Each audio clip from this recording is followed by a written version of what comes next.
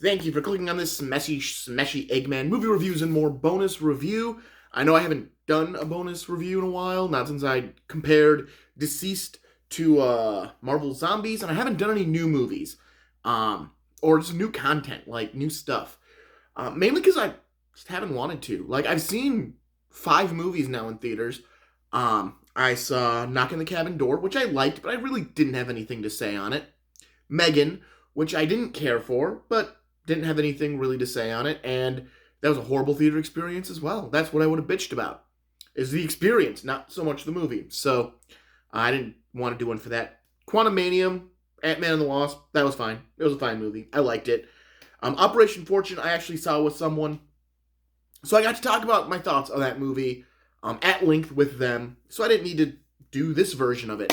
But tonight I just got home from seeing uh, Scream 6. The theater was giving out 11 by 17 posters, and I had to take one because I like the Scream movies, and why not? So I went and saw Scream 6 tonight. It opens tomorrow, Friday, but they were doing the advanced screenings tonight. So I decided after work, I would go see it. There was a 6 o'clock showing. I'm like, I can kill an hour and a half and then go check out the new Scream movie. This is a spoiler review, so if you really don't want to know what happens, stop this video. I am also going to talk about History of the World Part 1, the new Hulu series. So I don't timestamp my videos. I'm sorry. But you can just fast forward and try your luck to get to the History of the World stuff. You know what? When I start talking about History of the World Part 2 on Hulu, I'm going to hold up this banana for a little bit. That's going to be your signal that I'm talking about History of the World Part 2. The banana. All right, so Scream 6, spoilers. Just because I don't think I can talk about this movie without talking about spoilers. So I really liked Scream 5. Scream 5 made my top 10 favorite movies of 2022. Scream 6, the follow-up, a little more than a year later. It's good. I liked it. I think it did some interesting things. Out of all the Scream movies on first viewing, this was absolutely the most predictable. And maybe it's because I've seen these movies too many times. There was 3 twists about the killer. I figured out 2 of them in the first 20 minutes. The third one I should have figured out. I was enjoying a movie, and I wasn't thinking that far into it. So we get Samara Weaving from Ready or Not, Bill and Ted, who was supposed to be, was the original choice for one of the main females of Scream 5, but she had commitment issues, not commitment issues, she had other commitments and couldn't do that movie. So she shows up at the beginning of this movie. She is on a blind date, or they're texting each other. They've never met, they've never talked. Date, and she gets, the guy's not there, he's lost, she's trying to help him. She goes outside into an alleyway, because this whole thing takes place in New York. I'm not sure if they shot in New York, because they don't go to any, landmarks to go, New York! They just say it's New York, which I guess is them. They do make fun of horror movies in New York in a few minutes within this movie, and I didn't catch it right away. My brain went, oh, that's what that is. My brain don't want to show the banana. My brain don't want to make the connection. But she's obviously killed by Ghostface. But then that Ghostface removes his mask right away, and you see who it is, and it is Flash Thompson from not the Amazing Spider-Man, from the Tom Holland Spider-Mans. Tony Revolvi, I think is the actor's name. He is Ghostface. He returns to his dorm room where he has a stab shrine. And you learn him and his roommate are going to finish what Richie started. They're going to finish Richie's movie. Richie being the killer from Scream 5. They're going to finish his movie. He gets a phone call from his roommate, who's using the Ghostface voice. And right away I knew the minute he unmasked, I'm like, this guy's going to die too. He's not the actual killer of this movie. There's another killer. Although that would be a really interesting way to do one of these movies, is just show us the killer. Especially if, they ever wanted to do Kevin Williamson's the guy who wrote Scream and Scream 2 and Scream 4. Um, his original idea for Scream 3 was a cult of ghost faces. If they ever wanted to do that, that would be a great opening, and just have one reveal themselves. But then you find out there's like 8 ghost faces. Ghost faces. Ghost face. Ghost faces. That's a hard one to pluralize. Anyways, he's talking on the phone and gets brutally murdered after seeing that his roommate is actually dead and chopped up in the fridge. So he's brutally murdered, and we're back to the races. We get back to our legacy characters from the previous movie. These killers are less effective, or as effective as if you go back to my Scream 5 review, I mentioned that they're not very effective killers, that a lot of people survive. They attack, and a lot of people survive. And this movie has the same thing. Like, the last person the killers actively kill, like actually kill, is before, like, just over an hour into the movie. It's a 2-hour movie. The last person they successfully kill is like an hour into the movie. They attack a bunch of people after that. There's some great attacks, but nobody dies. Which is a weird thing for these movies, is that they front-loaded it so much with the actual body count. The New York thing, when the guy gets back to his apartment after murdering Samara Weaving, Friday the 13th, Part 8, Jason Takes Manhattan, is on his TV, and he's watching one of the scenes on the boat, because it mainly takes place on a boat, not New York. This movie, I'm pretty sure, was not shot in New York, but at least they're in New York for the entire run of this movie. But yeah, we then, we get the typical... It plays out like you'd expect a Scream movie to do. The characters are all freaked out. They're trying to figure out who the murderer is. One of the legacy characters goes, wow, we're part of a franchise. This is the 6th movie. We've been a franchise. We've been a franchise since Part 4. The rules of a franchise took effect in Part 4. Okay? You're not a franchise just because now it's 6. No. A franchise has happened. We are in a franchise. Because you requeled already, now you're trying to come up with a new term, but that new term isn't a franchise because we already did the franchise. Because we already hit franchise markers. But anyways, but yeah, it plays out pretty normally. They start, accusing people. Ghostface attacks a bunch. It's not bad. My problem, well, like I said, I figured it out in the first 20 minutes, 2 of the 3 twists, because a character makes a statement. Just one statement. I figured out 2 of the killers of this movie based on one statement, and one of them hadn't even shown up in the film yet. Actually, possibly, yeah. So, big spoiler. So if you've been watching this and I haven't really spoiled anything yet, now we're getting into the spoilers of who the murderers are. And why. Because those are the 2 things I figured out, is who 2 of the murderers were and why. I figured out the plot. Because, big spoiler, there are 3 killers in this movie. Which is great. It's something they wanted to do in Scream 2. But that script leaked, and then they had to quickly rewrite it and change a bunch of that film around to make it a 2-killer film that hadn't leaked. So now they're doing the 3-killer, but I was still right on 2 of the killers and the motive of all 3 of them. Because one of the killers goes, my dad got really protective of me when my brother died, and that's why he transferred here. And I went, oh, her brother was Richie, the killer of the previous, one of the 2 killers of the previous movie. Her brother's Richie, and that's why they're killing people. They're killing to avenge, because this is still the 2nd movie in this new wave, and it's got to harken back to the 2nd movie of the 1st wave, which is why they're in college, and it's going to be blood relatives. That's what blood relatives to a killer. That's the progression it's going to follow. So it's blood relatives to a killer, and it's going to be Richie, who was the primary killer, much like Mrs. Loomis is one of the killers in Scream 2. But you find out that one of the other people in the group of friends is also Richie's younger brother, and so there are 3 killers. The dad and his 2 surviving siblings. It was cool. I liked it. I liked they finally went with the 3-person. I'm sad I figured out 2 of them and the motive really quick. Just because they didn't go into any detail about the brother. and this wasn't a legacy character, it was a new character. I'm like, oh yeah, no, that's the brother. That's why you lie about these things.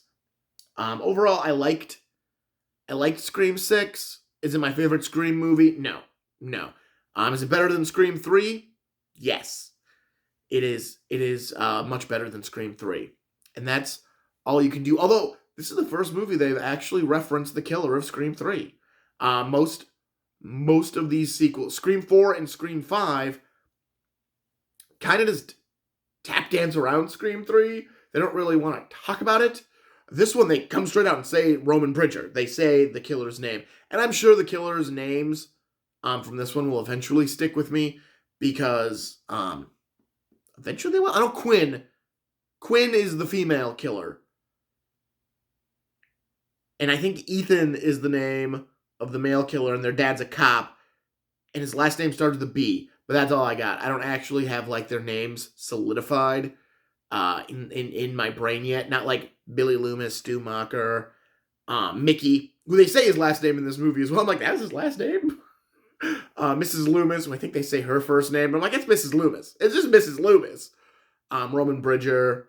I don't know. I might not. Charlie. Do I not know? I don't think I do. I don't think I got, I don't think I've got Emma Page? No, it wasn't Emma Page. It was, Roberts. Julia Roberts' niece. Emma Roberts. I don't think I got her character either. I don't think her, character's name. Jill? I think it's Jill. It might be a Jill.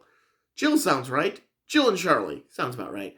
But yeah, it's, I loved the fact that they do have, and they showed in the trailers, the Ghostface shrine of the 9 previous Ghostfaces, Face Off. And it also has a bunch of other stuff from the previous Ghostface, from the previous murders that have been collected, even from the previous movie, which makes it weird when it's the reveal of who the ghost, like, oh, this is Richie's family. And his dad, who's a cop, is the one who got him all of this evidence, because it's the actual stuff from the murders of the previous movies. So he got him all of this stuff, and yet he has stuff from Richie's own killing spree. There. They never explained who did the drawings. They didn't tell which one of the siblings, or if it was the dad, was the artist. Because there are a bunch of drawings. They never explained who did the drawings. I don't know who the artist was. I want to know who the artist was. Was there a 4th ghost face? They also made some great jokes about some of the fan theories of Scream in the past. Like, there's a mention of, did Stu Macher actually die when the TV was dropped on his head? Like, oh, yeah, I bet that killed him. Or did it? It was a great little reference. Also the same thing about people kept wanting to find out that the hardships of reporting on Ghostface and experiencing all these things was eventually going to turn Gale into the Ghostface killer. Much like Scream 3 thought Stab 3, with the Stab 3 ending, where Gale would turn out to be the killer. Of course, Stab being the movies inside of movies. But yeah, I like the fact they brought that stuff up. And then they didn't dismiss it. I think they actually tried to do it as the mislead. Not with Gale, but with one of the other legacy characters that they snapped. They did it as a mislead. Which, yeah, it's fine. It's a fine mislead. No one, like I said, I like Scream 6. I think it's a decent entry in the Scream series. If they do a 7, I'm in. I'll go see it. But now, I'm done talking about Scream. It's banana time. Do do do banana phone. Do do do banana phone. Do do do banana phone. Banana phone. Banana phone. Banana. Alright, I think I've shown off the banana enough for people to know who's trying to scrub through this. If anyone's ever going to scrub through this. To talk about History of the World Part 2, the 8-episode Hulu miniseries, which I understand the event, that they wanted it to feel like an event. It's a 4-night event. It's really cool, and I'm really for it. Except it's 8 episodes over 4 nights. So they released 2 episodes a night. Why the hell weren't these just 1-hour episodes? They released 4 30-minute episodes instead of just eight 30-minute episodes instead of just releasing 4 1-hour episodes. It was nice because I kept watching it before I went to work, and the first 2 days, Monday and Tuesday, I didn't quite have enough time to watch both episodes. So I watched one before work and one when I got home. The last 2 days, I was actually able to make the time to watch both episodes before I went to work. But still, it bothered me. Like, why? If this is an event, why are they episodes? Also, they all have the same tag at the beginning, which is, stay tuned until after the episode to see what's going to happen tomorrow night. Even today's episodes. There's nothing happening tomorrow. There's no more episodes coming out. It's done. Why am I being told to stay tuned? I haven't actually talked about Hulu. So, History of the World Part 2, it is endorsed by Mel Brooks. Mel Brooks provides the narration for the stories. And some of the sketches are like single episode sketches. So they're just that, and they're never brought up again. And some sketches stretch multiple episodes and are weirdly timed for when they begin versus what episode they go out on. You start with the Civil War is the first sketch, and that one lasts like the first 6 episodes, 7 episodes. No, it's 6. It's the first 6 episodes have Civil War sketches in them, and then you get the last 2, and we're just done with the Civil War. They have 4 different Jesus sketches between these 8 episodes, which I thought was really excessive. Like, none of them were that funny. Like, they had some funny bits, and there were some really talented people working on this. I feel like the Jesus stuff has nothing to do with my own belief. I feel like it started strong with a Curb Your Enthusiasm kind of a thing because they were Jewish. And it's Judas being a more like, oh, should I betray him? I'm not going to betray him. Oh, I accidentally betrayed him. I'm cool with that. I'm cool with that sketch. It didn't overstay its welcome. But then you got a Notebook parody with Jesus and Mary Magdalene. And I don't think they realized there were actually 3 Marys in the Bible, not 2. And then we got a sketch which ran just way too long where the disciples were the Beatles. That they were acting like the Beatles, but they were still in Nazarene times. And they were saying they were the Fab 12. But I think we only saw how were they the Fab 12? Because it would have been Jesus and his 12 disciples. And Jesus was one of them. And they make a joke that Mary is Yoko Ono, and it would have been the Fab 13. But it should have been the Fab 13 anyways, because Jesus was one of them. And you don't even see all of the disciples anyways. Like, you get Jesus and 4 disciples. But they're the Fab 12. But you never see any of the other disciples. It was a bad parody. And the jokes aren't that great. I think the only good joke is when one of them just drops the English accent and just stops trying. And just goes, nope, I'm not doing it. I'm from, I can't remember what state he said he's from. So I'm from this state, I'm done. And then Richard Kinn, who's a disciple working levels, goes, are we done with the accents? That was the best joke of the disciples as the Beatles. That's it. That's the best joke. And then they had a running gag, which made no sense. Because it didn't, it ends with a callback to a sketch from episode 2, I think, and one of the Civil War sketches. A character from that, all of a sudden, a really small character who had a single joke, wanders in. Yeah. And then the Jesus sketches end with them turning Jesus white. And a superhero.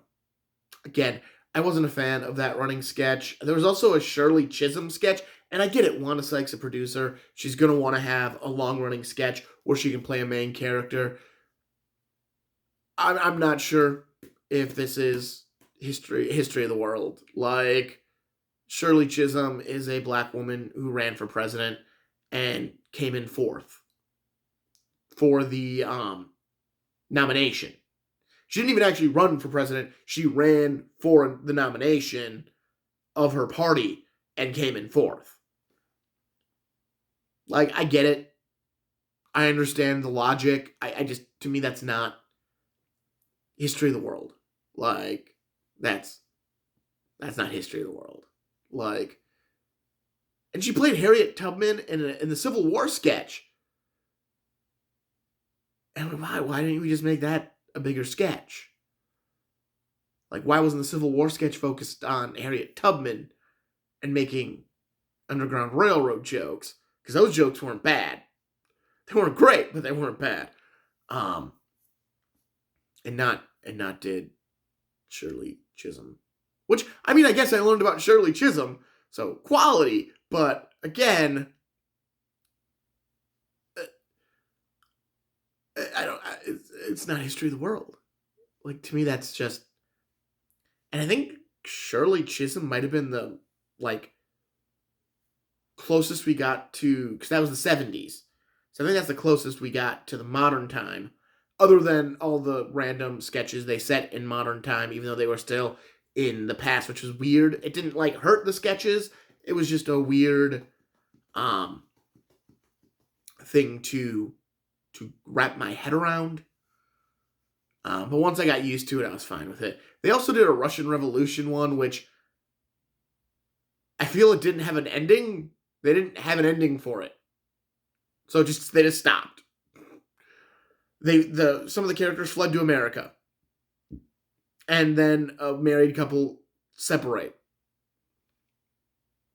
And Jack Black was Stalin, but he never became, like, the evil dictator. He got close, but he didn't give a payoff to that. But they had but there were some good sketches peppered out in there too. The Civil War one was a pretty decent one. That was my favorite for the long running, was Civil War. They had some good, like, one-offs in there too that were amusing, or like episode long, like where they were in multiple bits, but they were just in one episode, like Galileo. Galileo, basically being a TikToker, but it still went over Galileo's life, just if he was on TikTok, if TikTok was a thing. So I thought that was cool. I like that they paid off Hitler on Ice. They did do Hitler on Ice. They didn't do the Vikings, though. They didn't do anything with Vikings. And that was part of the History of the World, Part 2 from the original movie. They didn't do Vikings. They teased Jews in Space again for History of the World, Part 2, Season 2. They parodied Jews in Space. Or they referenced Jews in Space again. I don't know, overall it wasn't a bad show. If you haven't checked it out on Hulu, check it out. They try really hard to capture Mel Brooks and his type of humor. Sometimes it fails, much like Mel Brooks' humor. Sometimes fails. But let me tell, when they hit it, they hit it. And you can tell it was at least made with love, with a little bit of love. And given the fact that it's a 4-hour thing, not quite 4 hours, but there's 8 episodes and a half hour each, it's 4 hours. Well, not a half hour each, like 20-something minutes each, but whatever. There's just a lot there. And there was a lot that they had to do to write it. And there's some really quality comedians in it, though. And there's some quality actors. I liked it. I don't know if I'd watch it again. I love History of the World Part 1. It's up there in my Mel Brooks rankings. And every time I watch it, I just like it a little more. I'm not sure I'll go back and watch History of the World Part 2 again. But it was interesting. And it was nice to see Mel Brooks involved with something. And that's really why I watched it, was because Mel Brooks was still involved. If they had just done it without Mel Brooks, I might not have watched it. But because it has Mel Brooks, I'm more okay watching it. Like, I wanted to watch it because Mel Brooks was involved. But yeah, so those are my thoughts. on Scream 6. Scream 6. Scream 6. And History of the World Part 2. Like, comment, subscribe. I don't know how often I'll be posting videos. Whenever I want. That's my new thing. I tried a timetable and weekly videos for a long time, and I don't know. I'm just not that ambitious anymore. I got a lot of other stuff going on. So, my free time is a little less abundant. And this isn't what I want to go through all the time and effort. Like, when I want to talk about something, I'm cool with that. I'll talk about it. But I don't feel like making all the schedules and then having to force myself to watch a bunch of stuff and then yada, yada, yada. So I'm going to keep doing it this way. Yeah, if you want to see me talk about more recent things that I go and see, let me know in the comments. Because these aren't hard to do, and I have no problem doing them. I should probably make food and eat and think about bed. I work in the morning, and it's after 9. I should have those thoughts. I realize I'm very squinty in this video. Maybe I'm always squinty, and it's just because I'm staring at myself that I realize I feel very squinty. Am I a squinty-eyed person? Nothing wrong with that. People can have squinty eyes. It's not a racial thing. It's just an eye thing. All right. Thanks for watching this video. I hope you enjoyed it, and I'll talk to you later with my banana.